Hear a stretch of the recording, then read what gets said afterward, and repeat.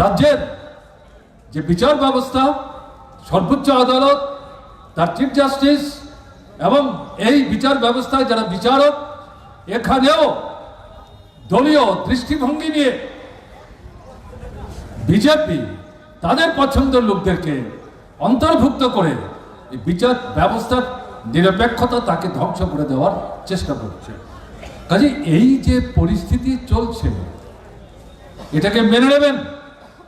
এটাকে মেনে নেওয়া মানে ভারতবর্ষের বুকে ফ্যাসিস্ট রাজত্ব কায়েম করার সুযোগ করে দেওয়া।